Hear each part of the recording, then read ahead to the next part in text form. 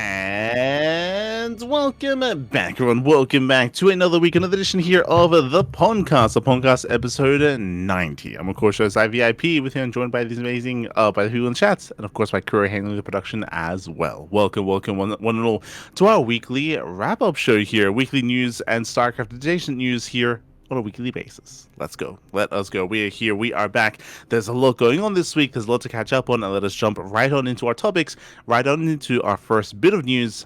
MaNa. It was officially announced here that MaNa is going to be leaving and departing Team Liquid after 12 years of being together. It's been so long. MaNa, synonymous at this point with Team Liquid, were with them for many years and has parted ways. I would imagine a big part of this is due to EWC no longer being a big part, or no longer having StarCraft as a part of its circuit. So we have been seeing a couple of teams kind of thinning their rosters a little bit here. Likewise, MaNa, he was taking a more managerial role when it came to his team, and that was mainly influential and mainly impactful in recent years when it came to Team Liquid's involvement in WTL. So being able to like manage the lineups, manage rosters, things of that nature, that fell under the jurisdiction of MaNa at the time, but WTL isn't around anymore. Likewise, without EWC, now there's a little bit less reason for MaNa, or I should say for the more managerial role for MaNa, and now player role as well. So as a result of MaNa, he has been let go. And MaNa did make his own announcement video as well. When it came to the TL video, I do appreciate it. They were able to hear from Skillers, from Clem, from Nazgul as well. They all kind of gave their thoughts. I mean, there's a lot of history between Team Liquid and MaNa, MaNa in general. So I appreciate the farewell video that they were able to piece together.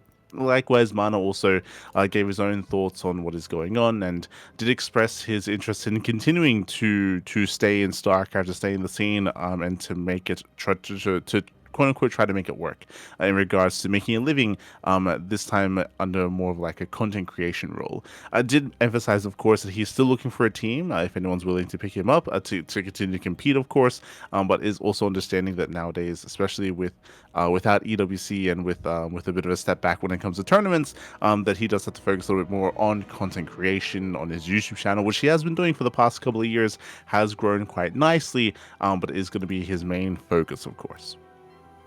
So we'll have to take a bit of a different approach when it comes to StarCraft, when it comes to the YouTube channel, of course, streaming as well. So best of luck, of course. Best of luck to MaNa. He's been with us for a very long time when it comes to competing in StarCraft 2, and hope to see him here for many more years to come as well. MaNa. Still one of my favorite memories of MaNa is still like his performance at WCS. When they had the big offline event in the venue, where he was able to make it. I think at the time the win was to make it into the semis. I think it was a quarterfinals match to make it into the semifinals, where he was lifted by the crowd, where everyone just kind of ran in and stuff. There's a lot of good memories. That was WCS in Krakow, and so in his home country. Yeah. And it was a crazy event, as I did happen to go there in person, and yes, people went crazy about it. Yeah, it was huge. I still remember the camera kept panning over, and then the guy taking off his shirt. I'm like, oh no, yeah, there was the guy. There was the guy taking off his shirt because he had a new tattoo. He had a new tattoo, and he like kept showing it off. Yeah, it was a tattoo on his back. It was a StarCraft related tattoo, and every time the camera panned over to the crowd, he'd start to take his shirt off. And I don't think it ever probably showed the tattoo, because then the camera would pan away. The cameraman was scared. Also, yes, that's also a strong memory in my mind. When I think of MaNa, I think of that guy with the tattoo taking off his shirt every time. I barely even remember him. It's been so long ago. Nah, but it's ingrained. Fun fact. He had long hair. Oh, okay. Fun fact: this event is also where the Legacy of the Void trailer was shown, because I also remember that very fondly. So just to give people an idea how many years it has been. Yeah, it's been a long time. So again, much love to MaNa, and I hope to see. I hope he does well. When it comes to his endeavors over on YouTube, over on content creation, and also hopefully in competitive play as well. much love to MaNa, and do check out his YouTube. Do check out his YouTube channel over on MaNa Esports. That also leads us into our next bit of news here, I guess related to Team Liquid in some way. Clem, DNS did actually host a bit of content here. He did host a trivia show featuring Clem and his father, Who Wants to Be a Millionaire StarCraft II edition, where DNS had a bunch of questions ready. He had a bunch of questions pre-prepared, and he had a duo team of Clem and his father working together to come to be able to come to conclusions when it comes to the questions, to answer the questions, and to earn quote unquote million minerals. So let's go. It was a lot of fun.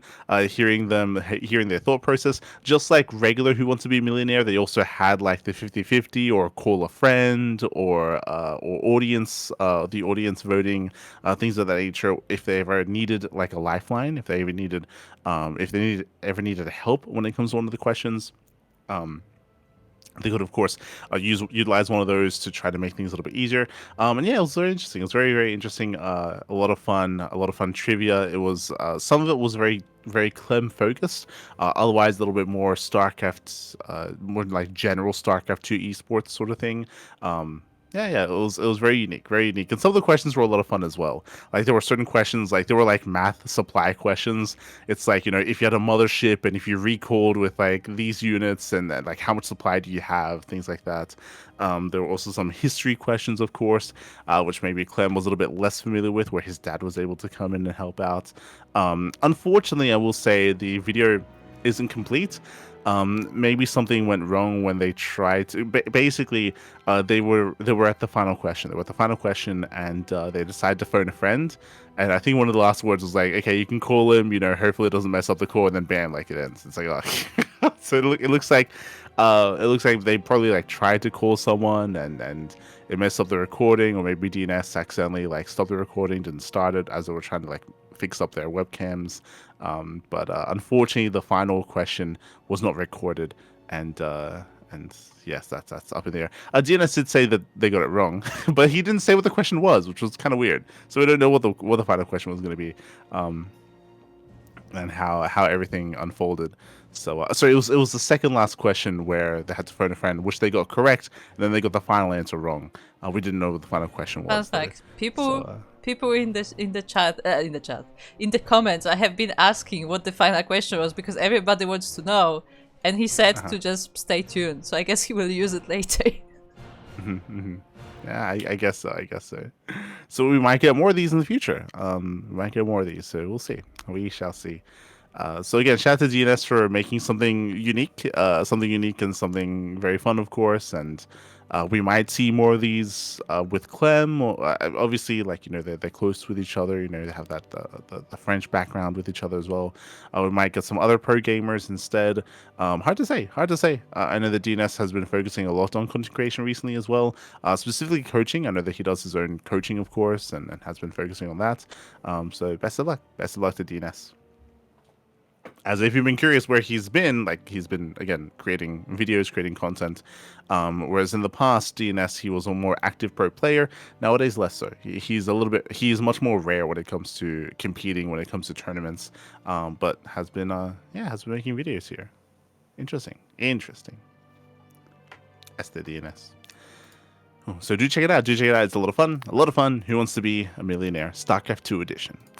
Up next, we do have the StarCraft miniatures game. The miniatures game here, the pre-orders for the miniatures game are about to end. From this message here, 27 hours. 27 hours until the miniatures game, until pre-orders do conclude. Bearing in mind that currently, if you want to get into the miniatures game, pre-orders would be ideal. 35 hours. If you look at the website, there's actually a countdown. Yeah, I'm looking at the countdown timer. It says 27 hours for me. Hold up. That's why I said 27. It's possible that maybe in different regions, maybe it's different. Maybe because I'm on like the Australian version of the game. Yeah, I was gonna say, I hope this is not the time zone thing where like they just like pick the wrong time zone or something. It could be a time zone thing. I would imagine it's related to region, but it's hard to say. Regardless, for me, it says 27 hours and 31 minutes and counting down as we speak. But regardless, you do regardless, you do have just over a day, to get your pre-orders in. As I was just about to mention, if you do want to get into the miniatures game, I do recommend going for a pre-order, just because you do get discounts. There are a bunch of discounts, a bunch of bundles that are unique to pre-orders.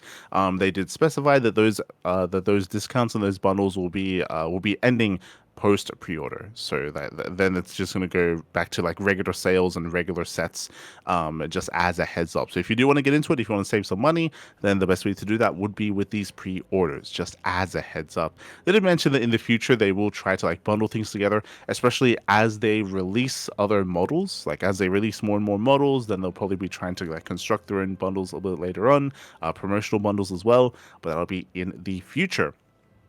And there's no confirmation as to when that will happen. So again, bear in mind that if you want to get your pre-orders in, you have a limited time available to be able to pull that off. And definitely something that I'm looking forward to. As I mentioned before, I did pre-order my own beginner sets. I want to say like the initial like starter set of Terran and Zerg.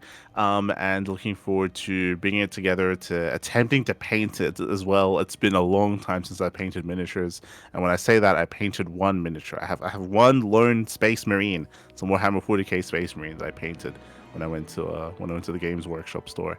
I was able to paint a single model, and then that's all I got. That's how well did you do? It was nice. It was an Ultramarine, blue Marine, Nice. and it was pretty sick. It was pretty sick. I still have it somewhere. So, but yeah. So if you want to get into it, now is the time. There is going to be an AMA. There's going to be an AMA, I believe, tomorrow in a couple of days. Still on the horizon, still scheduled for YouTube. So that'll be available if you have questions regarding the miniatures game itself. Then I do recommend, of course, joining their Discord, and providing some questions for them to answer if you have anything that you are curious about regarding the launch, regarding the game, as the official launch is on the horizon for the miniatures game. Bearing in mind they've already released like a roadmap of future releases for the rest of the year, so there's a lot to come. There's a lot to come. Up next, we do have the StarCraft Evolution SC Evo. We just released a new patch. Yeah. It feels like every week or every other week we have some updates. We have some patches. Not the biggest update, not the biggest patch, but regardless, we do have some changes coming in. Some slight changes to certain units after getting some feedback from the most recent StarCraft Evolution tournament. Oh boy. So here we go. From the top. Again, we don't have any kind of major like model changes. Again, this is more of like a hotfix patch. It is 1.18.2 was released a couple of days ago. And again, I believe this was released just before the most recent SC Evo tournament, StarCraft Evolution League number 21. I believe just before that, as a heads up. But here we go for some of these changes. Here we do have Terran changes. Wraith increased burst lasers attack damage from 14 to 15 and decreased separation radius while moving from 0.5 to 0.1.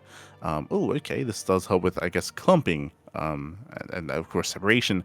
Quickly going into it, the Wraith currently serves a central role in the early game against StarCraft II Terran and is largely unseen against the other two SC2 factions due to the absence of reactors for Brood War Terran production, as well as the relative lack of unit variety producible without the Academy, Machine Shop, and Control Tower. Cloak Wraiths are critical for securing air and map control against StarCraft II Terran, giving Brood War Terran the necessary safety to freely choose their mid-game tech. We think that there is room in all matchups to see more Wraith play. As such, we are buffing the Wraith's damage output slightly and giving it the same stacking mechanic that the Mutalisk received in patch 1.18.1. Okay, so yeah, it's going to be easier to stack, I should say. The damage increase breaks several notable thresholds. SCVs and Combat Shield Marines that have activated Impact now die in 3 attacks instead of 4. Okay, you can 3-shot SCVs.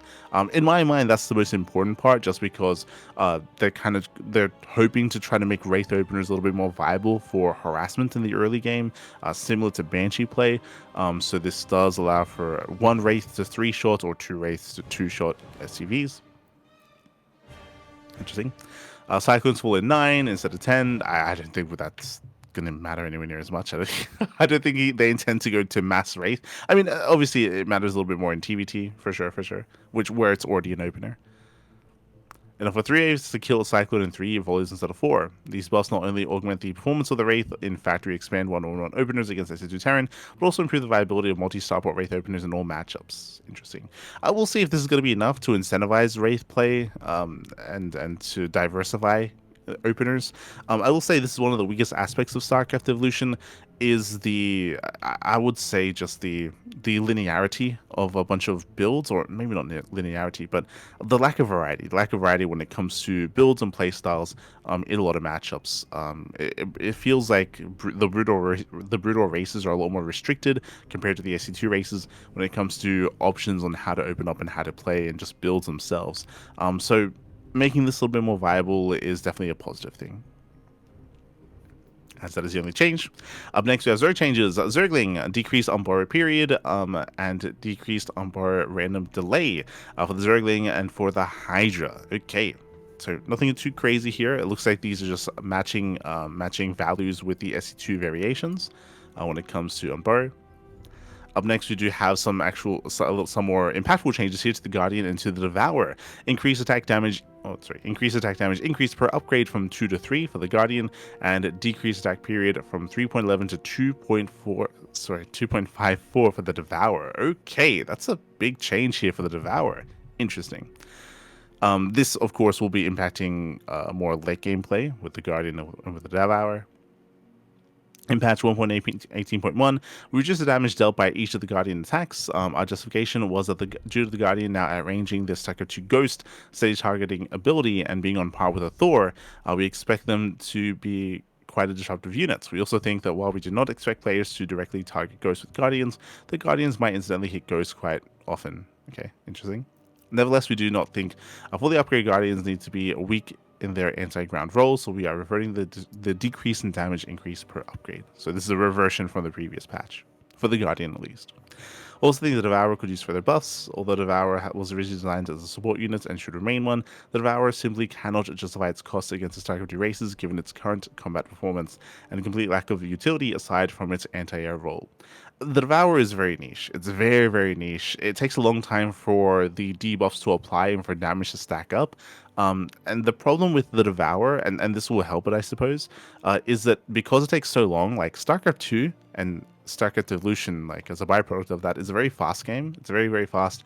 So for these like damage thresholds to take time to really build up and for these units to take time to really be effective, it really does hurt the Devourer just because fights can end so quickly and engagements can occur so quickly as well. So that has been just a really big glaring issue with the Devourer for a long time. This will help. We'll see if it helps enough. Just unfortunately, just because of how the Devourer works as a unit, just because it takes so long for it to really start to deal impactful damage and provide some supports, like it's always like a bit of a weaker aspect of the Devourer and can make it a little bit difficult to use. It's just difficult to be effective. Okay. Up next, we have the Protoss changes. Decreased feedback cast range from 10.5 to 10. Okay. Change was previously intended to enable the Dark Archon to win duels against the StarCraft II Ghost and High Templar. However, considering the carry adjustment this patch, we think that giving enemy spellcasters, especially counter spellcasters such as the Ghost and High Templar, more room to operate around the Dark Archon will be prudent. Okay. Shuttle. Increased build costs from 175 to 200. Decreased plasma shields from 80 to 70. Oh, this is a targeted nerf. Okay, to the shuttle, to Reaver drops. Interesting. So the shuttle is going to be more expensive and it's going to be weaker. The Reaver is going to be more vulnerable as it has decreased armor, decreased movement speed, decreased attack period, which will help when it comes to its firing rate, and increased attack range. Interesting.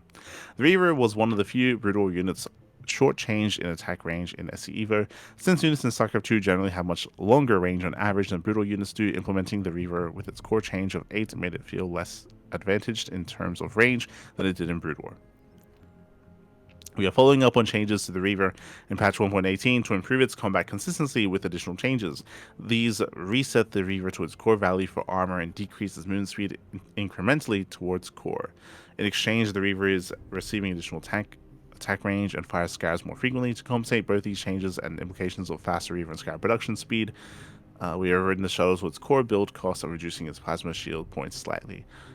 This is a little bit scary. I mean, hopefully, we'll see. It's only by 10, reducing the shields. I mean, I don't think the Reaver changes, the nerfs are too impactful in the sense that like the Reaver's already been very slow, already been very vulnerable. Now it's going to be able to have a little bit better range and a greater attack period. I think this is just overall like a buff to the Reaver. But of course, a lot of the Reaver, how effective a Reaver can be, a lot of it comes down to the shuttle, just because shuttle openers are so common in almost every single matchup. Having the shuttle be more expensive, having it be a little bit weaker here, it is a pretty big change, and we'll see how it impacts the just play overall. I feel like again, just adjusting the shuttle and the Reaver is a bold move, just because again it's so prevalent amongst all the matchups, and this will be. I feel like the implications of this are going to be found out quite swiftly because we see it so often.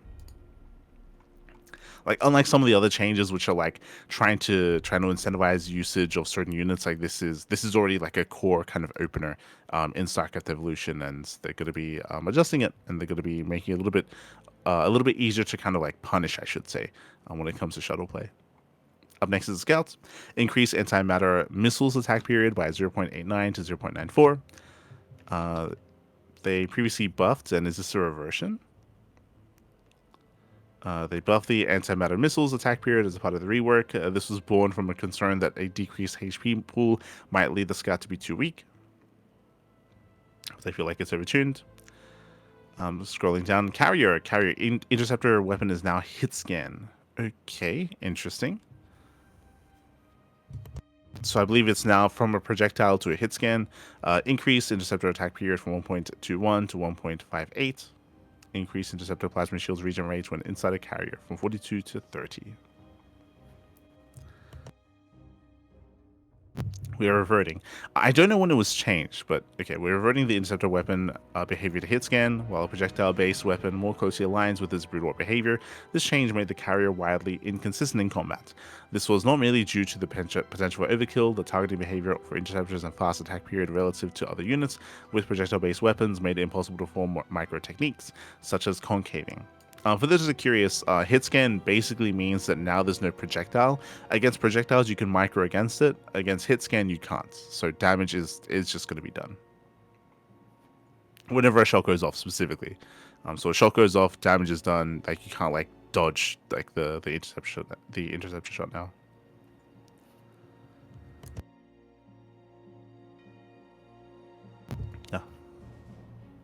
So yeah, just a couple of changes here. Nothing too massive like we've seen previously. Interesting to see some of these changes here. I'm curious to see if the Wraith changes are going to be good enough to allow for some Wraith play in some of the other matchups. I think that's always a good thing, as I mentioned before.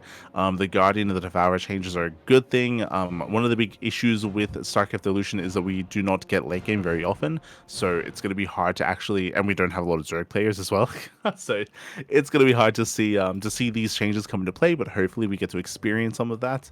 The Protoss change is going to be the most impactful, of course. The more expensive shuttle, the weaker shuttle as well, may impact some of the openers, or just the amount of skill that it takes to make use of the shuttle and to keep it alive and to allow for Reaver harass.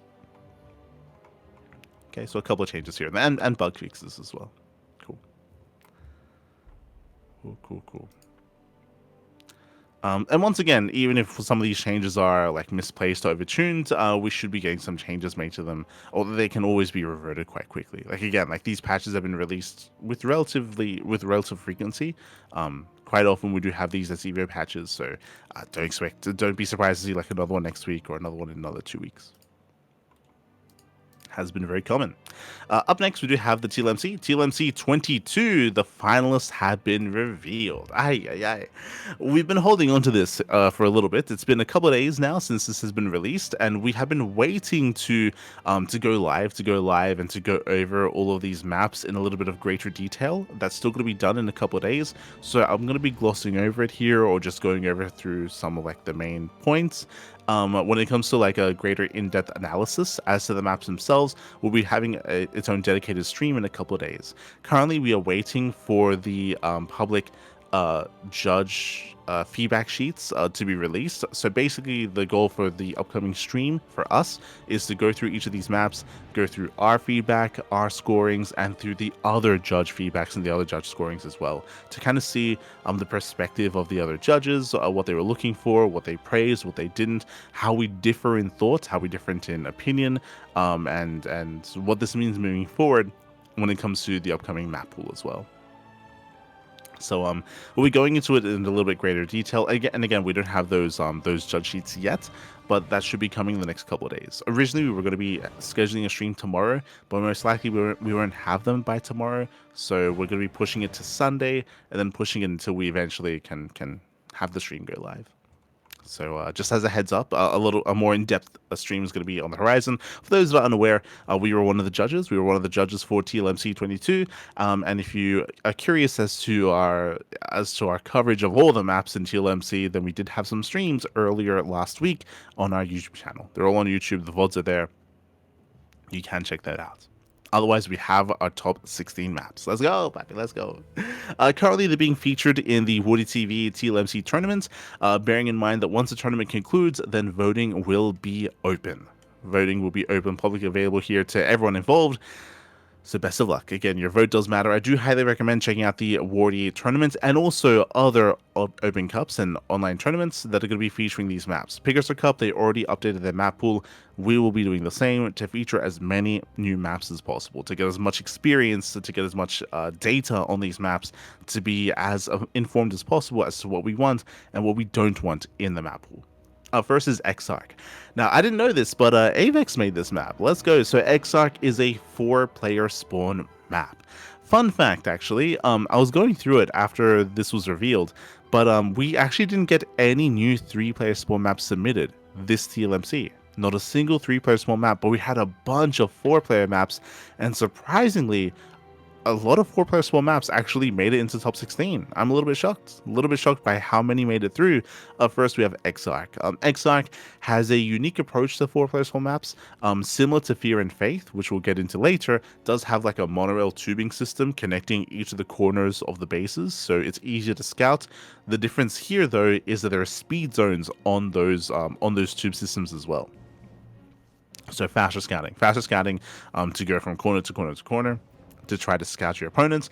Likewise, we have a unique kind of like reverse natural base poking out into the center, and we have a relatively secure 3rd and 4th. Your initial 4-base setup is in the corner of the map, and then you have to traverse to one of the other corners to get a 5th expansion. One of my big criticisms about Exarch was that the center of the map was very open. It's a very, very open center, and in my opinion, that might de-incentivize like move outs and aggression, and it may force more turtle-heavy play. That's my big concern about Exarch, but I remember rating this quite highly overall. I do think that aesthetically it looked really cool. There were some really interesting ideas and unique ideas being used here as well. And yeah, I'm looking forward to Exarch, but I'm looking forward to seeing games on Exarch specifically. I want to see those games. Up next, another map by Avex, Sanctuary 3. I'll be honest, I did not know that this was Avex's map. But we have Sanctuary 3 up next. This is a controversial map. This was resubmitted. This was a resubmitted map. They changed the name as well. And I remember they took a bunch of feedback and they made a bunch of changes. I would say for the better. I was on the fence about this map, though. I was very on the fence. I think I gave it a 4 in the end out of 5. But I was debating a 3 out of 5. Like I was trying to figure out what I wanted. Basically, it's a bit of a larger map. It's relatively secure on your initial 4 and 5 bases. What my concern was is that it's a very direct path across the map. You can see it in the center, actually. If you're looking at Sanctuary at the minimap of it, you can see that there's like a very direct path from 3rd to 3rd. Like very, very direct. And that was the case previously as well. And because of that, it can lead to a lot of very, very strong 3-base all-ins and 3-base pushes. That was my concern coming into it. Now, previously, last season, it was a little more egregious. It was a lot more of a defendable high ground. It's all elevated as well. So if you want to flank a pushing army, you have to flank up high ground, up ramps into the army as well, which makes it even more difficult. But in this new iteration of the map, a bunch of rocks were added. You can see there are a bunch of destructible towers to delay pushes, to delay all-ins, and to try to disrupt the army pushing in. Likewise, the ramps were widened a little bit more as well, so it's a little bit more accessible. So it's better than it once was, but I'm still very much so on the fence about this map, just because of that direct path and the strength of potential pushes and all-ins on a map like this. That's one of my big concerns. Another reason why that is a concern for me is just because of the current meta.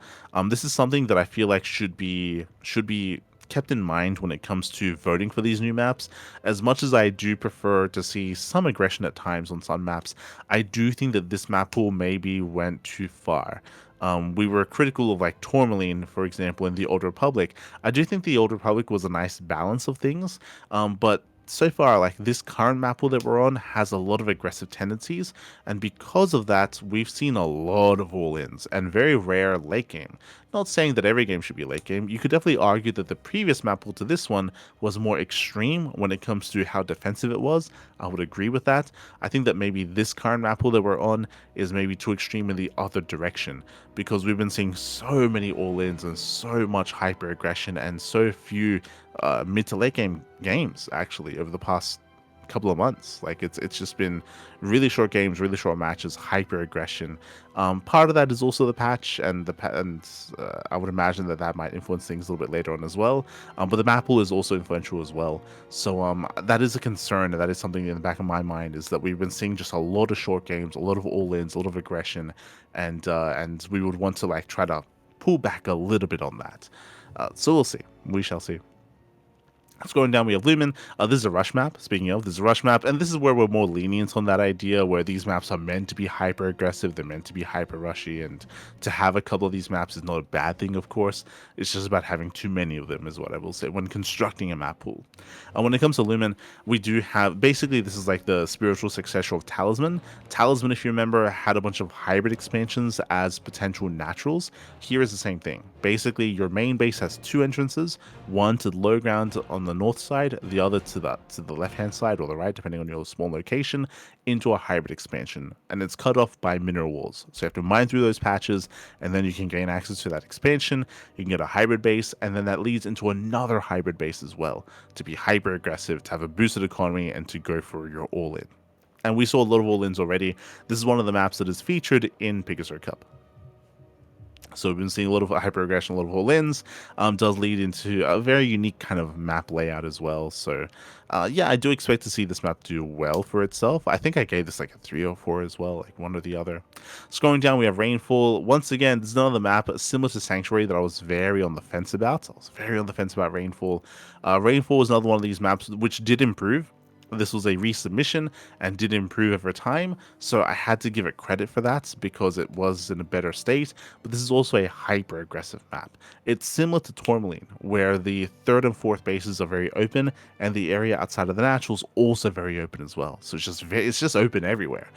Except it's even more brutal because there's high ground in between the third and fourth base outside of the natural. There's an elevated position there, so if the army can maintain that position, they can just pull you apart and just wedge themselves in between your bases and have the high ground advantage as well, which is even more egregious than Tourmaline. Tourmaline is on the same plane of elevation, your natural and your third. Here the third base is on the low ground, so it's even more difficult to defend third expansion. So again, hyper aggression is expected on Rainfall. Scrolling down, we have At Eternity's Edge. This is a map that I was very on the fence about. Very on the fence about here. It's a relatively large map. It is similar to Sanctuary City, if not even more extreme when it comes to the third location. The triangular third of yourself and your opponent, the rush distance by ground on this map is very short. So even though there are like gold expansions and there's a lot of really interesting terrain on the left and right hand side of the map, in my opinion, I feel like we're not going to see that utilized too often. The rush distance by ground is really short if you expand towards your opponent, and you're also incentivized to do so because that leads into a high yield gas base as well. So yeah, it feels like aggression would be favored here, but I was also on the fence because it's hard to really say if players are going to be incentivized to maybe expand away from their opponents and be more defensive instead. Like I was very on the fence about this map, about what to rate it in the end, and I think I gave it a 3. I can't quite recall. But I was very on the fence about Eternity's Edge, just because, like, at least in my view, like, it looked to favor aggression too much. But I understand that maybe, like, my perspective there is maybe a little bit misguided, and maybe we would see players expand away from each other and embrace a longer and later game and embrace the rest of the map as well. We'll see. Time will tell. Time will tell for Eternity's Edge. Up next, we have Storm Surge. I'm a little bit surprised it's made it through. Storm Surge is an interesting map. This is also a resubmission, bearing in mind that Storm Surge is not the same as Storm Push. Storm Push is the Pegasus Cup version, which has like the tide that pushes and pulls, depending on like what direction you're moving in the center of the map. This version of the map does not have that feature. Does not have that pushing feature. It's just a regular like a regular kind of like alleyway in the center.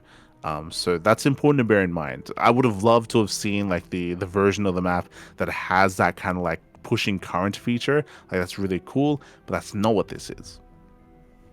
So this map, it's interesting. There are a bunch of alleyways. We have an abusable area in between the natural and the third base, and I want to say that was like a little bit more restrictive. I think that was a little bit more egregious previously. Again, this is a resubmission. We'll see. We'll see how the Storm Surge does perform. Up next, we have Fear and Faith, another 4-player small map. This also has that tubing monorail system to scout each corner of the map. No speed zones, though. No speed zones, but we have multiple different tubing systems, multiple different pathways. They're only worker paths, bear that in mind, to scout a little bit better. And I would say that for me, I actually preferred Fear and Faith compared to Exarch just because of the center of the map.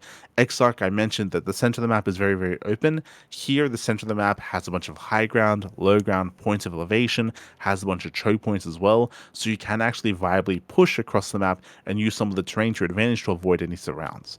So it's a little bit more complex in the middle compared to Exarch. They both have their own strengths and weaknesses, just very different when it comes to the center terrain. Up next, we had Rorschach.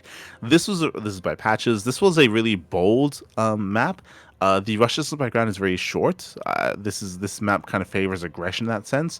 More so, though, this map features a healing pad in the center of the map. It does have that healing pad right outside of the third location. So we haven't really seen maps like this too much. The closest we had was Persephone, but on Persephone, the healing pad was off to the side. Here on Rorschach, the healing pad is dead set in the middle, so that means that it does favor aggressive play. Right? If you're being aggressive, you're going for all-ins, you can use the healing pad to boost your army when it comes to pushing across the map and trying to break some of those defensive positions. So this is a really, really bold move when it comes to the placement of the healing pad. Not the only time we've seen this, though. We're going to see this in another one of these maps later on. But I remember having a really hard time judging how good or how bad that healing pad is going to be, how impactful it is, how powerful it is, or how weak it's going to be. It's hard to say. Up next, we have the Old Sun Temple, another 4-player small map. Another 4-player small map here. You can spawn in any corner of the map. This was, I want to say, a little bit more of a defensive map, more so than the other 4-player small maps. The reasoning for this is because it isn't just the center that's choked up, but the edges are choked up as well. Basically, there's a lot of choke points, a lot of terrain to help boost like defensive play, I would say. And in my opinion, I feel like games are going to be lasting a lot longer on the old Sun Temple, especially because I want to say it's easier to expand as well. On some of the other maps, there's just like a bunch of space between each corner and each of the corner expansions, but here there's a more natural progression when it comes to taking bases and expanding. So I would say it would be easier on this map to not just expand, but also defend those expansions as well and get up to 5, 6, 7 bases. Whereas on the other 4-player small maps on Exarch and Fear and Faith, I would say it would be more difficult to maintain a higher base count. Getting a 5th and 6th on the other maps seems quite difficult. Here it seems easy, or easier compared to the others, which is either a good thing or a bad thing, depending on what you prefer. Personally, I do prefer having a player kind of fight for their 4th, 5th, and 6th and fight to maintain them. Here, it might be a little bit too easy. It might be. Once again, like testing required, games required. We'll see how the meta kind of trends. Up next, we had Voidstorm, a Voidstorm also by Avex. Avex had a lot of maps here in the top 16. Voidstorm was another one of these maps where I had a really hard time judging the strength of the healing pad. Just like Rorschach, there's a healing pad dead set in the center of the map, being able to be used as a launch pad to push into the third expansion. I would say that this on Voidstorm, it's a little bit more centralized, it's more impactful. On top of that, there are no air blockers on this healing pad. On Rorschach, there are air blockers to make sure that oracles and sky units can't use it.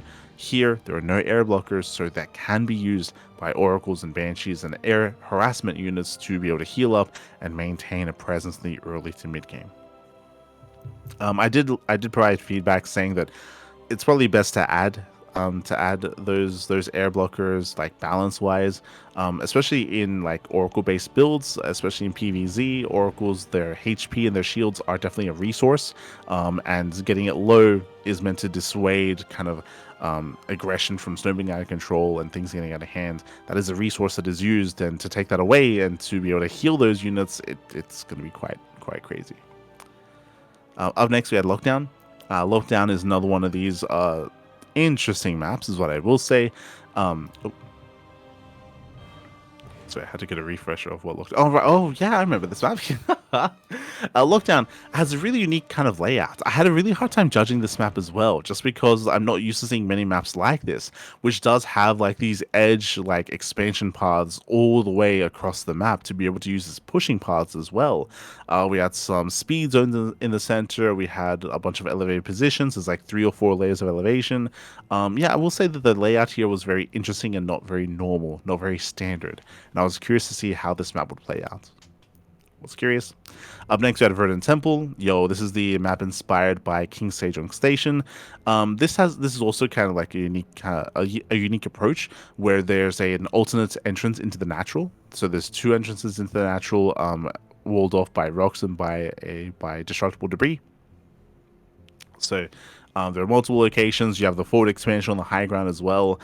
Definitely a lot of King Sejong Station vibes, which I do appreciate. It's an aesthetic and it's a layout that we don't really see too often anymore. Don't really see it. Do appreciate it. Up next, we had Washout. We've seen a lot of games on Washout. Washout was already in the Pegasus Cup map rotation for quite some time. It has some interesting features. The big feature on Washout is you can destroy mineral patches. There are towers set up at a bunch of fringe locations where you can knock them down and they will destroy some patches as well. I've yet to really experience that. A lot of games on this map have been very short, so I just haven't experienced those towers being destroyed and mineral patches being destroyed as well, but hopefully we get to see more of that in the near future. Up next, we had Blackrock, another map by Avex. Avex, I think he has 4 maps in top 16, which is crazy, by the way. But Avex, he put in some work this TLMC. He's back from retirement. Remember, Avex, he retired for quite a number of years and only recently came back. And I think this is his best performance in TLMC in quite some time to have this many maps in the top 16. But here we have Blackrock. Blackrock is an homage to Warcraft 3. Also a really unique layout with a bunch of rocks, with a bunch of tall grass. Really, really unique layouts. I do recommend checking out any games on this map. It's very, very different. And I wanted to give credit to Avex for his ingenuity on this map. So I do remember I think I gave this like max points just to push it through, just to see what the hell would happen on Blackrock. Up next, we had Defender's Lab. Defender's Lab, I recall being a pretty solid map, but also not the most aesthetically pleasing map. There's just a lot of yellow grids, and it can, yeah, aesthetically it's not ideal. But when it comes to the map layout itself, I do appreciate it. It does have some relatively secure bases, but the map does open up over time, knocking down rocks, knocking down and opening up the map, having multiple attack paths into these bases. I think it's in my opinion, it's a pretty solid like mid to late game macro map, which initially is a little bit more turtle heavy, but does open up quite heavily in the mid to late game. And then we had a very unique map. There he is once again, Avex with Wave Breaker. This map was very interesting, visually striking, of course, with a lot of yellow lines, with a lot of hazard lines, I should say. I remember having a really hard time judging this because there's like speed zones and really awkward like rock walls that are going like in a diagonal direction. You have high ground, low grounds, like really odd kind of like placement of ramps. Like it was just really quirky. Just the again, very unique, very unique. I think Avex, he's reached a point in his career, in his map making career, where he's like just done with the standard. Like he's where he's just he's had enough. He's made plenty of standard maps, and like now he's like broken free. He's like ascended. Like when it comes to his like map making, like creative space, and now he's got some like crazy ideas. And again, the map layout specifically on Wavebreaker, it was so hard to read. It was so hard to get a handle on how, like I remember I spent like 20-30 minutes on this map, like trying to envision how armies maneuver, how engagements occur, how armies push in, and like how you defend. And like I was having a really hard time like envisioning how that would pan out on this map, depending on where you expand as well. Like I think the one thing about this map that concerned me was we have healing pads right through the center, and just like on Rainfall, the area in between the bases, the area in between the linear third and triangular third is on the high ground. It's a very open, natural, very, very open, natural base, a very accessible area, and all-ins can take over that location and just end the game. They can take over the high ground there. They can make it very difficult for armies to rotate from the low ground up into that area, and it goes straight into a very accessible natural. So my big concern about this map was just how accessible that natural was and how favored pushes would be. But because the map is larger as well, and because of certain points of elevation ahead, like earlier on, like maybe you can slow down the push and engage and force a longer game. Again, I just had a really hard time judging whether or not that position would be too abusable. Like it was a hard time like trying to figure that out. I think I gave this like a 3 or 4 in the end. I might have given it a 4 just because of how unique it is. But regardless, again, voting will be, the TLMC tournament, which will be going over soon. It does go from April 16th to 26th, so we'll be lasting a full week of play, and then voting will be available once the tournament wraps up. So, and bearing in mind that this won't be the only tournament featuring these maps, we'll be featuring them. Pegasus Cup and other online cups will be featuring these maps as well. I'm sure the Monday Night Weeklies, TKL, will also be pushing for this. And once again, we'll be going through these maps a little bit more in depth. Next time, we'll be having a dedicated stream in the next couple of days. We'll have it. Up next, we have Maestros of the Game. We do have the big offline event happening in France. We had that, of course, last year in October of last year. And we have another Maestros of the Game, another big offline event happening once again this year as well. This is an announcement of an announcement. God damn it. SMH my head. But it looks like Funka. It looks like there's going to be like a show match, like Funka versus TKL on April 19th. That's going to be in 3 days' time, and when that occurs, they'll be releasing some more news regarding the big offline event happening in France. Oh boy. And so soon as well. So soon compared to the previous one. So again, announcement of announcements. We don't know the specificities, the details yet, but in a couple of days we will have them. Best of luck to Funka. Best of luck, baby. Best of luck in that show match. Aye. So again, that is on the horizon. Maestros of the Game number 2. There's also a link, I believe, to a way to contribute. We'll have to double check here. In regards to the events, no. I think we should just wait. We should just wait to see what does come of the events. So in a couple of days. The clip that they posted reminded me, if Funka is having a show match, instead of a show match, he should have a rap battle, honestly. True. Get him in there, Pappy. Get him in there. Meanwhile, a big shout out to Luis GGG. Pappy, God. Thank you so much for subscribing. For rating. I hope you had a great stream, ladder session, and I hope you had a great time. Welcome one and all to the PondCast. Welcome one and all to our weekly news show, weekly wrap-up show of all things StarCraft. Again, Masters of the Game is on the horizon. News abound. We'll get those news in a couple of days. We'll get those details soon. Soon, TM.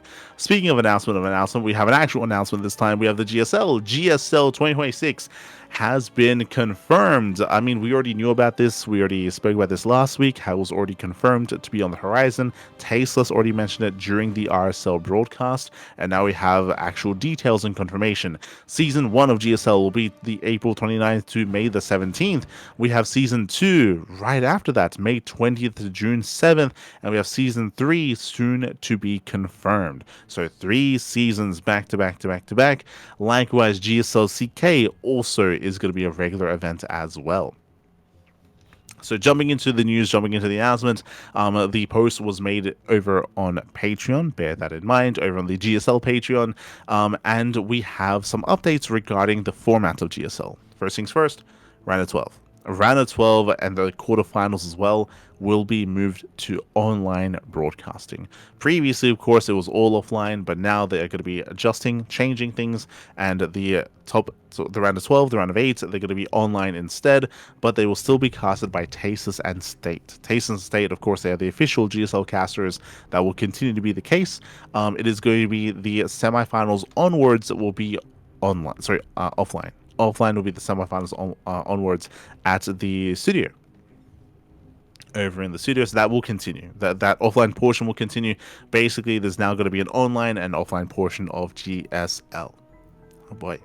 Likewise, again, Season 1 and Season 2 is already funded. It is already confirmed to occur, so that's already happening 100%. We have 2 seasons of GSL this year. It's the 3rd season that is dependent on Patreon support. Bear that in mind. So if you want to help support GSL and the Korean scene, then Patreon is the place to be to help fund the 3rd season of GSL this year. When going into it, they did specify some of the stretch goals that they have on the Patreon, where $6,000 a month will allow GSLCK to be a bi-monthly. Currently, GSLCK is hosted once a month, and we've been covering it ourselves. We casted it a couple of days ago. GSLCK number 1, 2, and 3 is an online kind of like team league format, where we had Team Maru versus Team Hero, we had a Team Classic versus Team Solar, and now we had Team Rogue versus Team Shin in the most recent edition of this event. But they have a Pro League format, all-kill format, they have a drafting phase as well. It's a lot of fun. It's a lot of fun. And more importantly, the reason why they're pushing for this as well is because they're promoting all the players to stream on Soup. All the players, they stream their POV, or most of the players, I should say, they stream their POV on Soup. They're able to stream it, showcase it, and connect with all the fans as well, while competing, of course. And they have like the inter series like banter as well. They're all on voice comms, of course. Ryung has been casting, has been doing a great job when it comes to hosting the event as well. It's been a lot of fun. We've of course been casting in English. We've been one of the official English casters. But with $6,000 a month, it becomes they now host it twice. Right now it's once a month. They'll be hosting it twice a month instead. That is the goal. Meanwhile, we do have GSL Season 3. Again, that is for $10,000 a month. If they can reach that goal, then they'll be able to host a 3rd season of GSL. And if they are able to reach up to $15,000 a month, then they can expand the prize pool and also expand from, instead of just round of 12, to round of 16. Round 16 here for GSL to extend the event and make it bigger, make it larger as well. Oh boy. So again, that is the current plan. Those are the current stretch goals for the Patreon. Whether they reach greater goals and greater heights and they have to add, even more kind of like stretch goals, I should say. Yeah, it's even more goals to kind of like extend things even further. Hard to say. We'll get there if we do get there. For now, though, they do have at least their 3 goals of $6,000, $10,000, and $15,000 a month. So again, if you want to support GSL and StarCraft, you can do so via the Patreon. We also have the confirmed dates of the 29th and 30th of April, coming into May, coming into June as well. All the dates are available. We do have a nice calendar guide detailed there on the Patreon, and likewise a nice prize pool split as well for the top 12. For those top 12.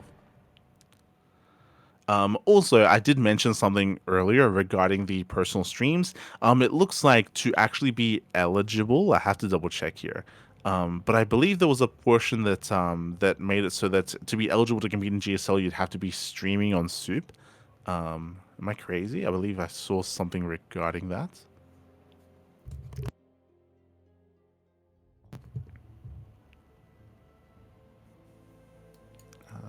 Let's double check. I don't know if Gopo, if you went through the statement earlier.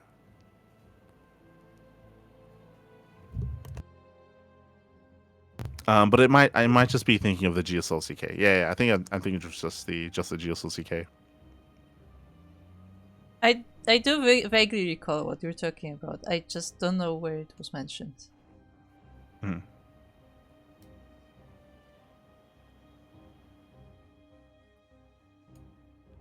Yeah, I might be thinking of the other announcements because there was another announcement that was over on the Soup platform, which I think is actually different to the Patreon announcement, unironically. Okay. Yeah. If I recall correctly. I'm gonna check the other post because there's another post about the crowdfunding, but I don't think it was there. Or was it?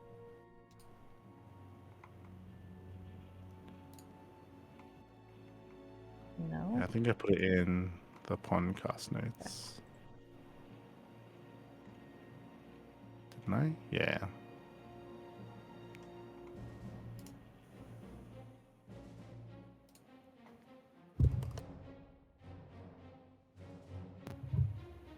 I think it's the same. But yeah, I think overall I think it was in regards to the qualifier, right? Am I crazy? Yeah, I don't The remember what qualifiers it for was, but GSL? there was something about like players like having to like stream 10 hours like a month or something. Yeah. Yeah. Like I specifically remember that was like the limit. It was like 10 hours a month. Mm-hmm. But yeah, I don't remember what it was specifically for. Couldn't find it right now. Yeah, it was not on Patreon. It was not posted on Patreon if I recall correctly. It was different. It was either posted on Soup or posted on Twitter. But yeah, we'll have to double check that. But again, I believe they're pushing for if you wanna be a part of, if you wanna join the qualifiers for Soup, for GSL, you have to actually stream on Soup, and they're like promoting their Soup platform in that way so that players are.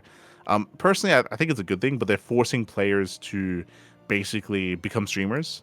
This is something that we spoke about when it came to the end of EWC, how foreigners are going to be having an easier time transitioning away from purely competing and into content creation because so many of them already stream and have YouTube channels, right? And how we expected the Koreans to have a bit of a harder time because so few of them actually stream and make content creation and have kind of taken steps in that direction. In recent times, we saw, of course, SHIN, become more of a content creator. Classic recently started his own YouTube channel as well. But I feel like the idea of Soup forcing players to actually stream will be, again, helping when it comes to pushing them to create content in other ways and have another avenue of actually gaining revenue as well and actually earning a living. So personally, I do think that's like a positive thing. It's very heavy-handed. it's very heavy-handed when it comes to having that requirement in regards to being eligible for the qualifiers of GSL. But overall, like, I understand that it's probably like a good thing to try to like push them in that direction because it's something that's a lot more unnatural for a lot of the Korean players. I found it. It's on TL. TL specifically. For sure. There it is. Participation requirement mandatory. Must have streamed on Soup for at least to YouTube. 10 hours. To YouTube.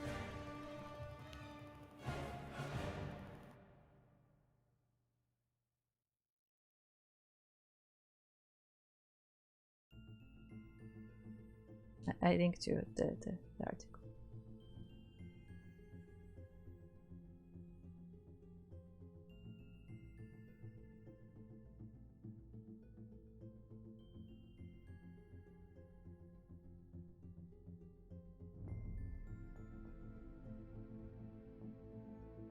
No, guys, we lost Lit.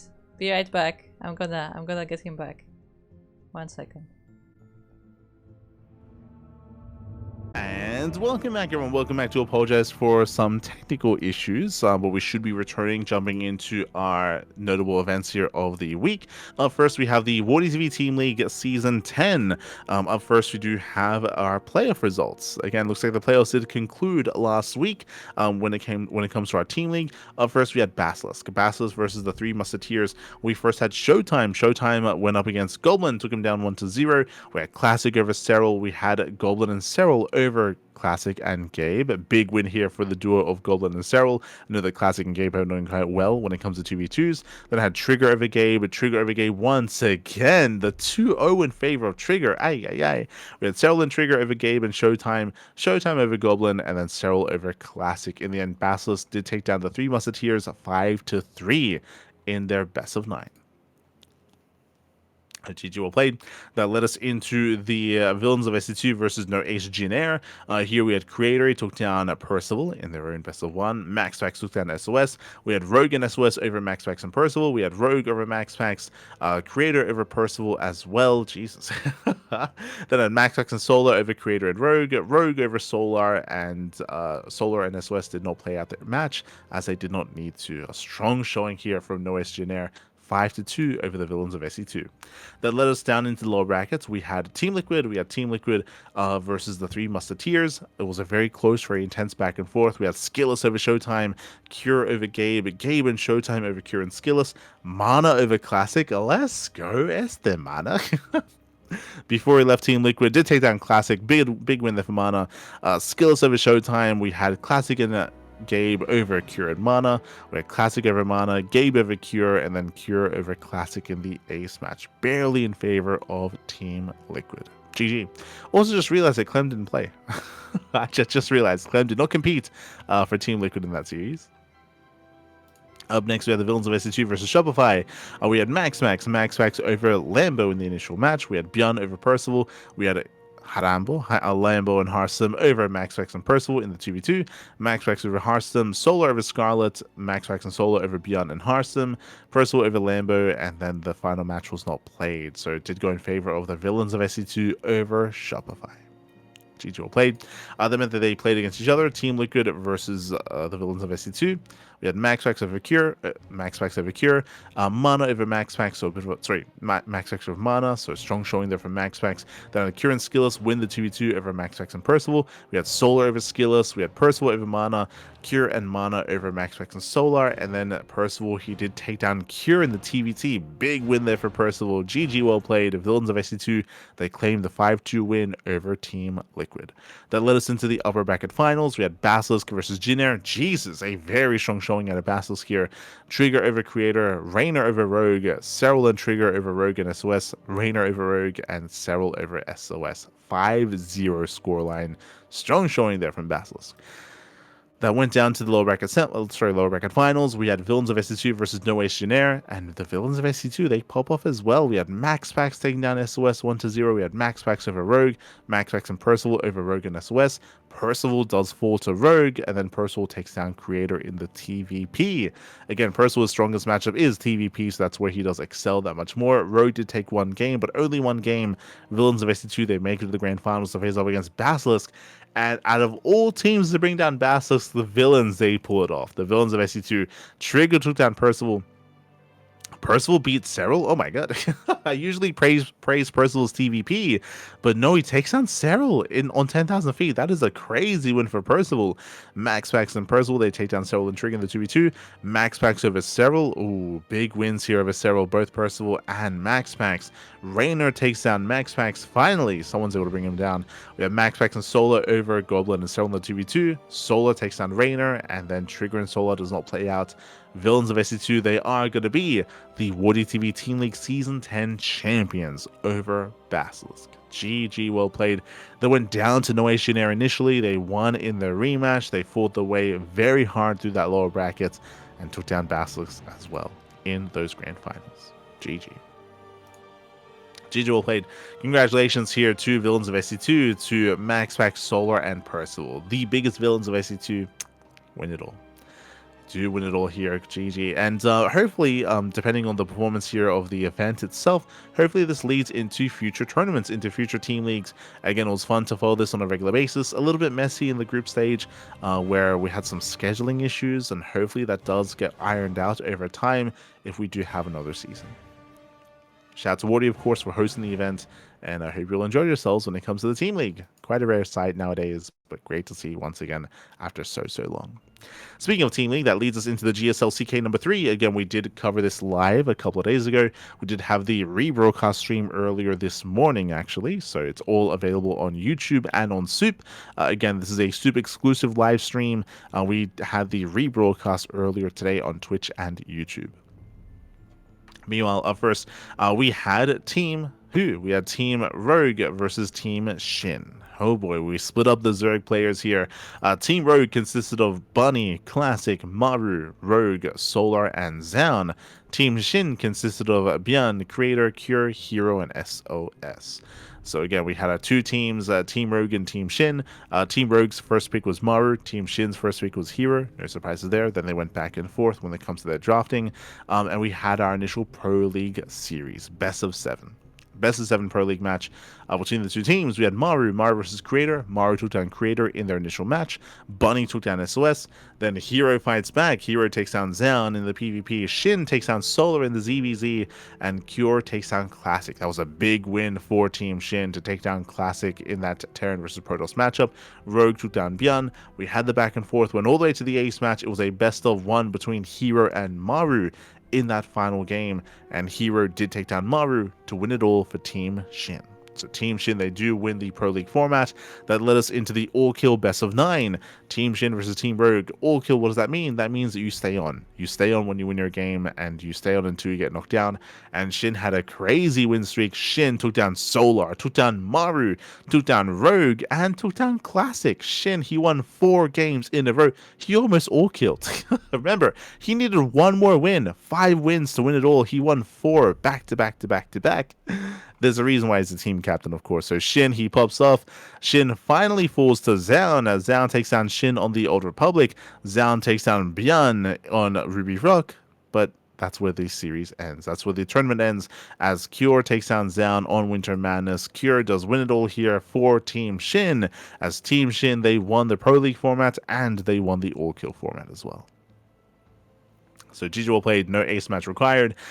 SHIN also wins the MVP award as SHIN won the most amount of games in the all-kill format. So SHIN, he does walk away with some extra prize money for his crazy run here for taking down, again, some of the best players in the world. Maru, Classic, Rogue, Solar. Jesus. Big wins there for SHIN. So GG well played. Again, this is a monthly tournament, but if the Patreon does excel and does reach greater goals, then we might see this twice a month instead. So GG well played. That leads us into the WardiTV Team League, sorry, the WardiTV Team Liquid Map Contest 16 Qualifier. Here we go. We spoke about this earlier, but this event is going to be running over the course of the next couple of days, leading into the voting period of the TLMC.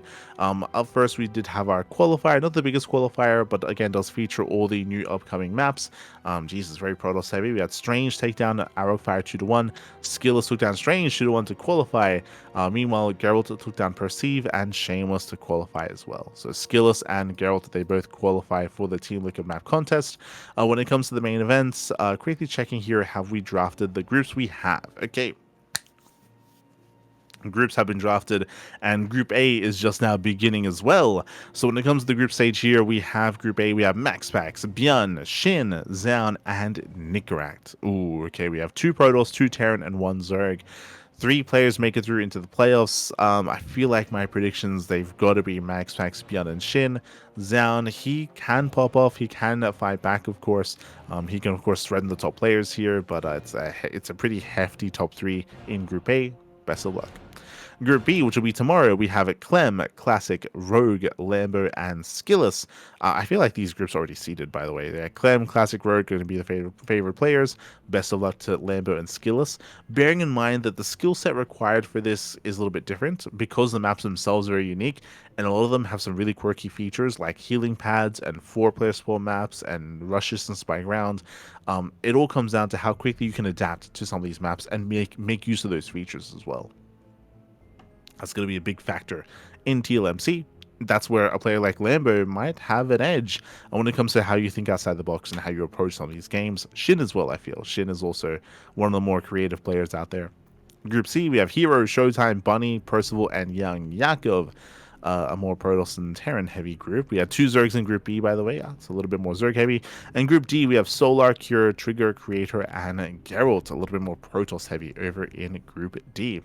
Overall, a nice spread of players. We at least have like some Zergs in each group, Protoss, Terran as well. So decently spread out to group stage.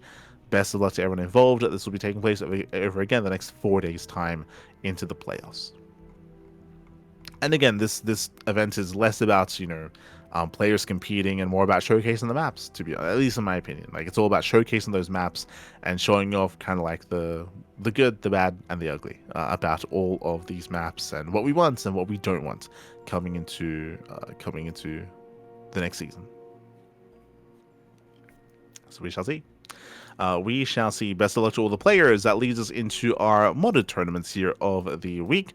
That leads us into the 5.4K patch clash number 15. Bearing in mind that patches, he does host events on a very, very, very unique mod with its own unique little quirks. I say unique little quirks, has a bunch of changes, a bunch of updates. It's intimidating to get into, and yeah, it's not the easiest kind of format to embrace, but regardless, we do have our final score lines. It looks like, again, because of the MMR limitation, we have a bunch of off racing. Let's go. Minizerg UA, he's playing Protoss. Shameless is playing Terran. Akedon is playing Zerg. Mixu is playing Terran. Everyone is off racing. So it's the off race tournament in a sense. Shameless takes down Hupsaya 2-0, takes down Akedon 2-1, takes down Minizerg UA 2-0, and takes down Akedon 3-2 in the grand finals. Very intense back and forth. Shameless showcasing his Terran. GG, well played. Esther Shameless. That leads us into the StarCraft Evolution League, Code A number 9. It's been a long time. I think this is the first Code A of the year. Yeah, the first Code A of 2026. It's been a very, very, very long time. Basically, 5.6K MMR and below. Does have an MMR limitation. So this is for the up-and-coming players in StarCraft Evolution. This is a mod that does bring together Brood War and StarCraft 2. Here we have Zardian. Zardian takes down Glow Respect 2-0, takes down Blast 3-0, and takes down Kot 3-1 in the grand finals. Let's go. Let us go. GG, well played. Again, Code A is a bit of a rarer site here, but it's a great way to kind of showcase and kind of foster the up-and-coming scene, give them some love, give them some support, and give them a chance to compete and to reach higher straights here. GG, well played. Blast does take the win over Cut 3-1. That leads us into our Amateur League Weekly. This is our amateur tournaments for the week. Up first, we have the Initiate Tournament. This is for Bronze to Platinum players. So Bronze to Platinum here.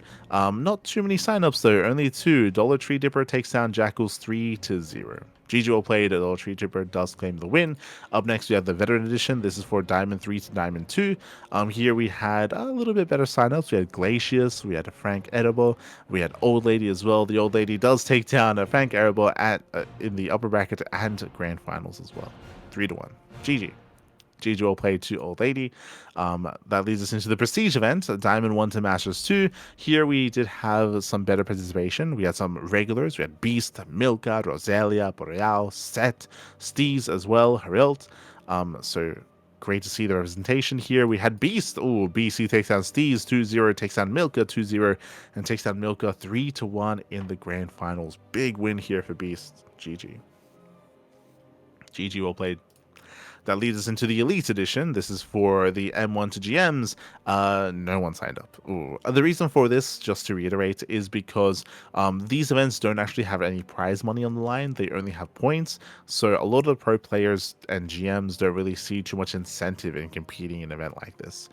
So that's why we have very, very little representation in the more GM editions of these events, but a higher participation when it comes to the more amateur editions, right? Like especially around Diamond and Masters. But unfortunately, no one competed in this week's tournament. Feels bad, man. Does feel bad.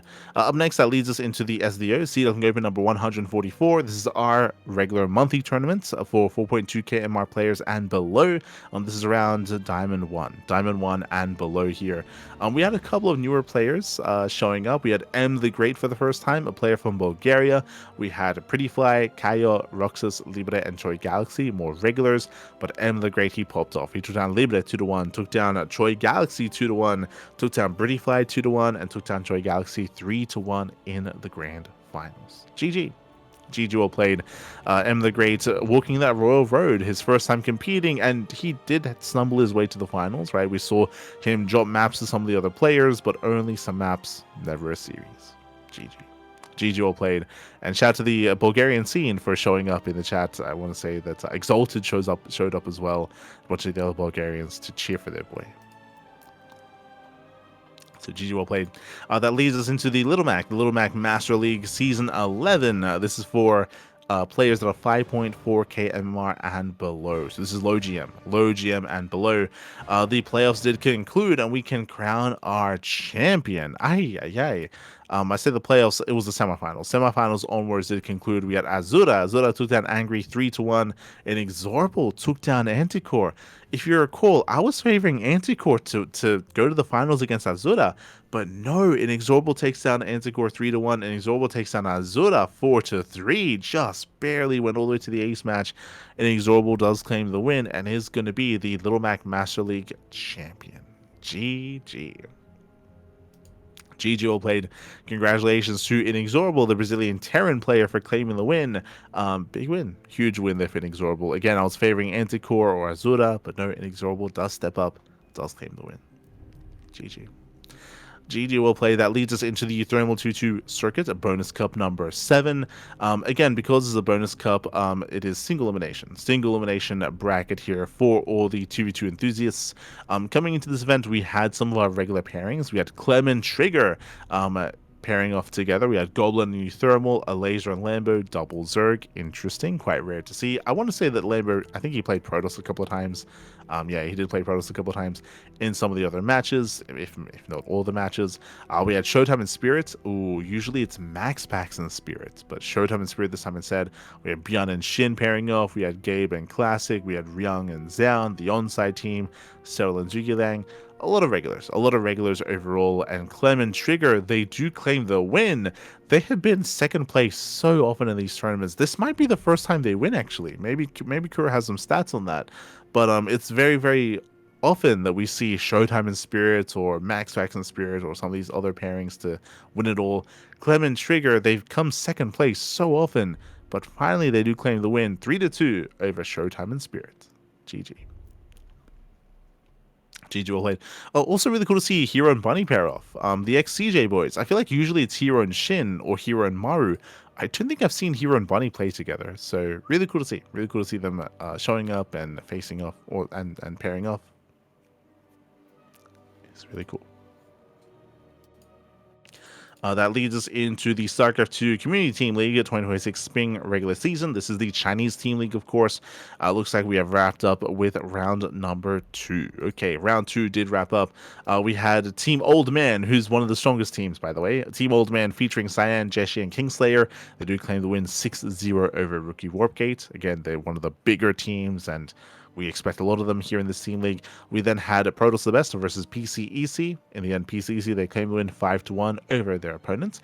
We have Astartes over Fairy Thug, 4-3. A close series, actually.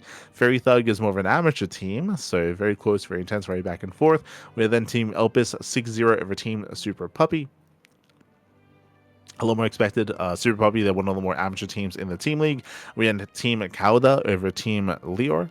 5-1, 5-1 over Leor. We had Super Kitty over Little Fairy. Whoa, that's a big win, by the way. Okay, so UD Soldier takes down his opponent 2-0. We had Ear and is that Nanami? Hold on. No. Translate. This is Shashinsho. Okay. This I don't know. He is, yeah, but he took down. So he went 1-1 with Ear. Big win, actually. Big win. Apparently he's a caster. Okay. Interesting. So the caster of PCC goes 1-1 with Ear. That's a big win. We then had, I believe that is Nanyu. Oh, no, sorry, that's Silky. Yeah, of course. Then we had Silky. Silky takes down Karma Prime 2-0 and takes down Udi Soldier 1-0 in the ace match. So, Silky. Silky does pop off, does carry the team here and does claim the win over Team Little Fairy. Big win for Super Kitty.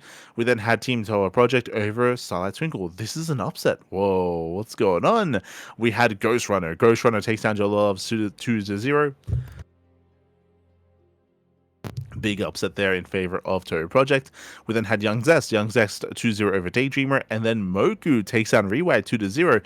It has been a while. It's been a while since we featured Moku here. If you remember Moku, he was the observer for WTL. He was the observer, and he takes down Rewide 2-0. Big win for Moku, big win for Ghost Runner, big win for Toru Project. GG.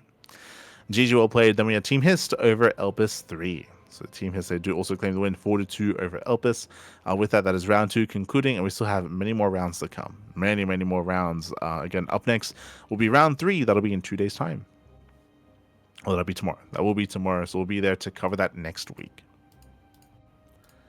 We'll be there.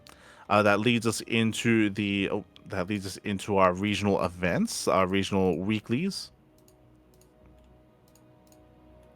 And cups.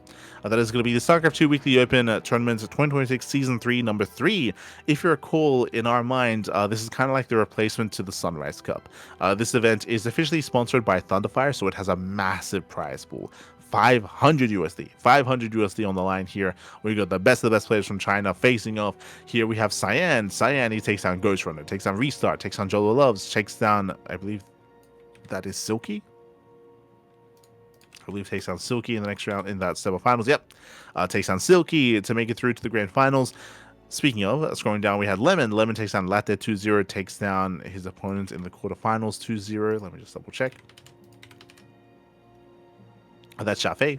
Takes down Shafei 2-0, takes down, that is not Melody Fox. Who is that? Who's that Terran player? That's Sarah Kerrigan. Okay. Gotta get used to it. Takes down Sarah Kerrigan 2-0 and does advance on to the grand finals. Lemon takes down Cyan 2-0 in the grand finals. Big win there for Lemon. GG. GG, well played. Where's Millennium Fox, by the way? Did he go down in the first round? He did. Wow. Millennium Fox went down in the first round to the Protoss opponent. Went down to who? Keyboard Superman. Okay. The Keyboard Warrior took him down 2-0. That's a big upset. That's a big upset. Shout out to Keyboard Warrior. Likewise, do I see Nanyu here then? I don't. I do not see Nanyu. I also don't see Nanami Chiaki either. So no Nanami, no Nanyu. But regardless, big win there for Lemon. Big win. GG, well played. Congratulations, as Lemon does claim the tournament 2-0 over Cyan. That leads us into Legacy with Japan. I did get some spoilers of this during the week, but we do have Deadly Kitten. Deadly Kitten was actually in the chat earlier, but takes down Future 2-0, takes down Antara Example 2-0, takes down Akira 2-0, and takes down Tapioca. No shot. Tapioca, who has been the dominant force in the Japanese region for the past, year of play, took down Sayaka, Crimson, Hirakui, but falls to Deadly Kitten in the grand finals. GG, well played. That's a huge win for Deadly Kitten. He's deadly, Pep. He's deadly. GG, well played. That leads us into Amanthus, a couple of Amanthus actually. Amanthus is StarCraft number 44. Here we had the return of Eric once again. Master takes down Eric 2-0 in the upper bracket quarterfinals. takes down Dominoko, takes down Kamikaze as well. Big wins here for Master. Did drop a map to Dominoko, then had an intense back and forth against Eric. Went all the way to the ace match, best of 7, went 4-3 in favor of Master. Big win there for Master, but shout to Eric for fighting all the way to that upper bracket finals. Went through Dominoko, Inexorable, Kamikaze, and then eventually Master as well. Went all the way to the ace match. GG. GG, well played. Maestros claim the win. That leads us into the most recent amount. This is StarCraft number 44, and this time the roles are reversed. Still very close though. Eric takes down Elevolts 2-0, takes down Master 2-1, takes down Kamikaze 3-0, and then we have the rematch. Eric versus Master. Last month, it was Eric falling to Master 4-3. Now Eric defeats Master 4-3. GG, well played, but it also went all the way to the ace match, went all the way to that final game. That's how close in skill both Master and Eric are. It does feel like they're currently leaving Kamikaze and Inexorable in the dust. Those are the other top 2 players, top 2 Terran players in the region. Kamikaze did take down Inexorable 2-0. That was a big win for Kamikaze, but again, they both do struggle against both Master and Eric. GG. GG will play. That leads us into Insane Master Killers Champions 2026 Primavera. This event has been slowly progressing. If you recall, the big player in this event is Dark Unnamed. He is the heavy favorite to make a deep run here, and again, we did have Quadruple Z take down the mic 2-0. I think we might have gotten some updates in the lower bracket. I don't see any changes in the upper bracket, to be honest. We still have Ryder, Havertz, Dark Unnamed, and ZZZZ. But yeah, it looks like we had some updates in the lower brackets. So again, we're slowly working through this event. It will take some time. We have until the end of the year. But we'll eventually crown our champion here.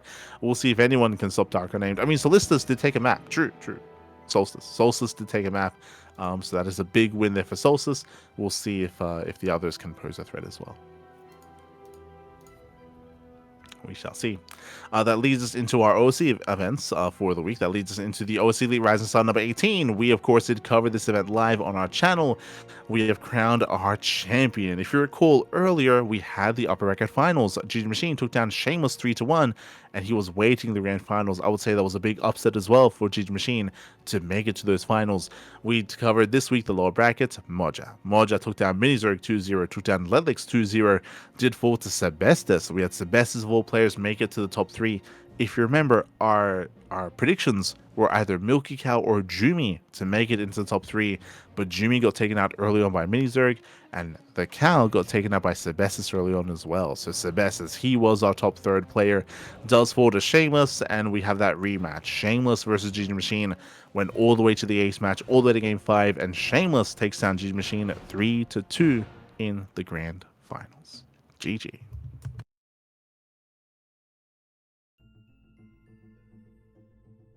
GG, well played. Shameless does claim the win. Does take the series. Very impressive win here for Shameless. And again, went all the way to the ace match. Shameless was favored to win this entire event, but GG Machine, he did pose a big threat to Shameless. They were the top 2, and we expect them to be the top 2 in the next tournament as well. But regardless, congratulations to Shameless. He is going to be this season's Rising Star. Meanwhile, the next season is already around the corner. OSC Elite Rising Star number 19 is around the corner. We already have our brackets seated here. We have our players. We have 13 Protoss, 5 Terran, 5 Zerg, and 1 Random. We have Art. We have Azura, F2 Click, Hydra, Jumi, Lelix, MiddleVK, Bappy, Rebellion, Sebestus, Shameless, and UED Soldier for Protoss. For Terran, we have Baby Marine, Defiance, Honmono, Milky Cow, and Moja. For Zerg, we have Fiant, GG Machine, Hatsu, Iba, and Minizerg. And for Random, we have Hacker is top. So we do have our top players here. The event has yet to begin. We have just seeded the bracket itself, and the event should be beginning over the next couple of weeks' time. Oh boy, massive bracket, double elimination, back-to-back OSC Elites as well, once again to determine to give the opportunity to all these up-and-coming players to face off against each other. No rest for the Wicked. The Wicked, there's like 1 or 2 weeks break, and then bam, next season already. It's pretty intense. Pretty intense here, and best of luck. Best of luck to all the players involved. Just like last time, I would say that Shameless and GG Machine are the top 2 favorite players to make a deep run in this event. We'll see who's able to challenge them. Now, there are some new additions here that weren't here last time. Very quickly. So Eba was here last time. Fiant. Fiant was not actually competing last season. So Fiant is a new addition. True, true. As likewise, so is Homono. Homono is another new addition as well. So I would say that these are some players that can threaten, right? I would say that Fiant and Homono, alongside Milky Cow, Moja, Baby Marine, Eba as well, Sebestis, Jumi, they can threaten Seamus and G Machine, but can they be brought down? Best of luck. Best of luck, baby. Best of luck. As they're all going to be facing off. Up next, we have the OSC. OSC King of the Hill, weekly number 243. That's a lot of weeks. A lot of weeks of King of the Hill. Again, this is a King of the Hill style format, 15 best of ones back to back to back. First, we had Homono. Homono versus Geralt takes their Geralt down 1-0. Homono goes on a short win streak, takes down Mini Zerg UA as well, before falling to Pappy. Pappy goes on a crazy win streak himself, takes down Homono, Jumi, and Azura. Oh my, Pappy, calm down. Big wins there for Pappy. Eventually falls to Fiant, who eventually falls to Lelix, who eventually falls to Cristiano. And then to Seamus. Jesus, 1-1-1, back to back to back. Fiant takes down Pappy, Lelix takes down Fiant, Cristiano takes down Lelix, Seamus takes down Cristiano. And then Seamus goes on a win streak himself, takes down Cristiano, takes down Hacker's Top, takes down Minizerg UA, before falling to Bjorn. Bjorn goes on a bit of a win streak, taking down Seamus and Eba, before falling to Solar. Solar takes down Bjorn and Cristiano to eventually be this week's King of the Hill. GG. GG well played. Solar, he does claim the final win there, and he'll be crowned our King of the Hill, invited to be the starting player next week. GG. GG well played. Solar, he does claim the win. Cristiano looks like he was revived towards the very end, so it looks like they did run out of some players. But regardless, congratulations to Solar. Congratulations. That leads us into our Open Cups. Into this week's Open Tournaments. Up first, we have our Tuna Cup. We have the Sparkling Tuna Cup number 127. Our weekly Open Tournaments here. Once again, we did have a plethora of players, and once again, it was very Korean heavy. We had Classic, we had Percival, Bjorn, SHIN as well. We had a top 4 Korean lineup here. Did have some Europeans that can threaten. We had Jumi, we had Miyu, we had GG Machine, we had Geralt as well. But alas, they could not stand strong here, not against their opponents. I remember that Cristiano forfeited this week, so Cristiano, he was not able to. I think it was Cristiano. Someone forfeited. Hold on, let me just double check. It was Cristiano, yes. Yeah, it was Cristiano who did forfeit this week, so he was unable to compete. He's otherwise one of the other players that does threaten these top Koreans. Likewise, I don't recall seeing Shameless in this event either. So a couple of players were missing, but otherwise we had Classic taking down Jumi 2-0, Percival 2-1, and then did make it to the grand finals. SHIN, he took down Geralt, took down Bjorn 2-1 as well, and SHIN took down Classic 3-1 in the grand finals. Big win here for SHIN. GG is this week's Tuna Cup champion. Quite rare to see a Zerg champion, so congratulations to SHIN. Congratulations. That leads us into the WardiTV Monday. WardiTV Monday number 82. Our weekly Open Cup over on Wardy's side of things. This time we have some more European representation. Classic takes down Homono 2-1. Takes down Bjorn 2-1. Wow, a lot of ace matches. Classic falls to Percival, actually. Percival, I did mention that his best matchup is TVP, and he played against a lot of Protoss this week. But he also took down Cure. Personally, 2-0's Cure, 2-0 Shameless, 2-1's Classic, it makes it to the finals. Hero takes on SHIN 2-1, takes on Clem 2-1. Clem has been playing more Protoss. Against Hero. This is not the first time. Last week he also played Protoss. This week he plays Protoss in the semifinals. Does lose 2-1, and then Hero takes down Percival 3-2, and all the way to the ace match. Again, Percival has been getting better and better in TVP and TVT. And he does force Hero to the ace match. I will say that Percival's current weakest matchup is Terran versus Zerg. Terran versus Zerg is his weakest matchup. I say that, remember, Percival did defeat Cyril in the WardiTV Team League, but that was the best of one. Bear that in mind. That was the best of one, but Percival, he has been getting better and better. Up next, we have later on that night, we have the Monday Night Weekly number 47.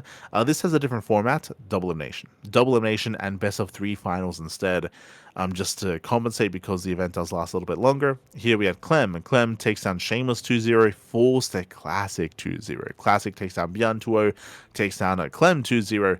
Hero, he was the one that took down Max in the upper bracket semis, then had Hero taking down Classic. Hero popping off in the PvPs, takes down Max, takes down Classic. Who eliminated MaxPax? Bjorn. Bjorn eliminates MaxPax in the lower brackets. Bjorn takes down Skillus. Skillus took down Clem in the PvP. Clem playing more Protoss. Oh boy. He's playing more Protoss, does fall to Skillus. Bjorn takes down Skillus. Classic takes down Bjorn. And then Hero 2-0's Classic in the grand finals. GG, well played. Hero winning the WardiTV Monday. Hero winning the Monday Night Weekly. And then that leads us into the Pegasus Cup. Pegasus Cup this week. Also very PvT heavy. We had Hero. Hero, he has a much more dominant performance this time against Percival. Takes Percival down 3-1. Bjorn takes down Cure 3-0. And then we have Hero versus Bjorn in the grand finals. Bjorn does pop off though. Went all the way to the ace match, true. Was very back and forth and on a fresh map pool as well. Bearing in mind that the previous tournaments were on a standard map pool, but this Pegasus Cup was on a fresh map pool. Attorney's Edge, Blackrock, Fear and Faith, Lumen, Rainfall, Storm Push, Washout. We have custom, also we have the TLMC maps featured heavily here in this tournament, and Bjorn takes down Hero 3-2 in Pegasus Cup. GG. GG, well played. Big win there for Bjorn. Does take down Hero in the ace match. That leads us into the Kung Fu Cup featuring a standard map pool. Bear that in mind. Big single elimination bracket. Hero, he 2-0's Classic. He 2-1's Rogue. He does make it to the grand finals. Clem himself took down Zound 2-1, took down Cure 2-1, and Clem this time plays Terran. This time he sticks to Terran. He does not off-race his Protoss, but he still, the results are still the same. The results is, if not even worse actually, because Clem was taking maps off of Hero with his Protoss, but here with his Terran, not a single one. As Hero 3-0's Clem in the grand finals. GG, well played. Hero winning 3 out of 5 weeklies this week. Hero, he wins the WardiTV Monday, the Monday Night Weekly, and Kung Fu Cup. We had Bjorn winning the Pegasus Cup and Shin winning Tuna Cup. GG. GG, well played. Congratulations to our top players here. Congratulations to Hero, Bjorn, and Shin for claiming this week's Open Cups. GG, well played. GG, well played. With that, we are going to be wrapping things up here. Again, there was a lot to discuss early on. As I mentioned previously, the Team Liquid Map Contest 22 finalists, we will be having a more in-depth broadcast covering those maps, most likely over the weekend or whenever we have those judge scores and judge feedbacks provided to us. Again, that should be soon TM, but we'll take some time to really bring together. So maybe on Sunday, maybe sometime next week, we'll figure it out. We will try to sort it out and try to bring that broadcast to you. Do think it's going to be important coming into the next TLMC. Bearing in mind for future upcoming tournaments, most tournaments should be adopting a fresh map pool of Team Liquid maps. They should be. We will, at least. We will. Pegasus Cup will. Hopefully the others follow suit as well. If you want to sign up for those tournaments, though, you can do so via the sign-up list. ! Sign up list in the chat. We have plenty of events on the horizon. We have KSL tomorrow. We have MSO, SCL. We have the Platinum Heroes StarCraft II League. We have the Ladder Legends Academy tournament. We have STC, GSL qualifiers are also around the corner as well. Plenty of content, plenty of StarCraft. Yeah, we have plenty of StarCraft on the horizon. Meanwhile, we also do have our Patreon. If you want to help support us, if you want to help support our tournaments like the Duckling Open, the Swan Open, or even the Tuna Cup, it is all funded via the Patreon. Patreon is the place to be. That is to help us grow our prize pools, grow our tournaments, and help support the players as well. All done via our Patreon. I know there's a lot of crowdfunding going on at the moment with GSL, with RSL, with STC, with Miscellanous Events. There's a lot of crowdfunding going on. But we appreciate all the support that we've gotten so far, and we appreciate just how much our tournaments have grown. Again, we're able to attract the best players in the world, of course, and hopefully we can one day kind of reach the goals of monthly tournaments again. That'll be the ideal. But thank you so much. Thank you so much to all our patrons, to all of our supporters.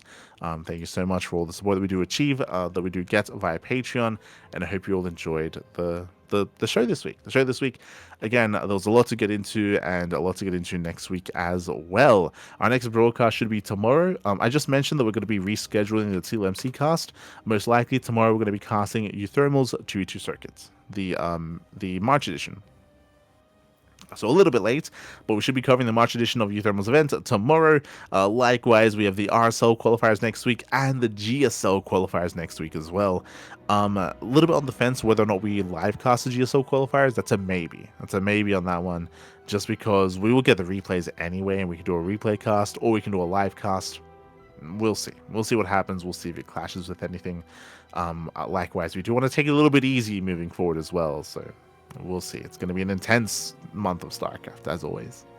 But otherwise, thanks for watching. Thanks for watching. Thank you so much for tuning in. We do appreciate it. We're going to be wrapping up here for the time being. Again, we should be back tomorrow with some Thermal 2v2 action.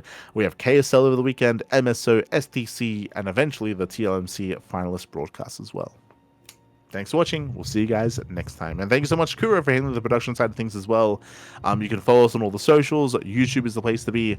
Did see Delican earlier asking, yo, are the votes available anywhere? YouTube for all those votes. See you next time. See you next time. Until then, ciao, papi, ciao. Hasta luego.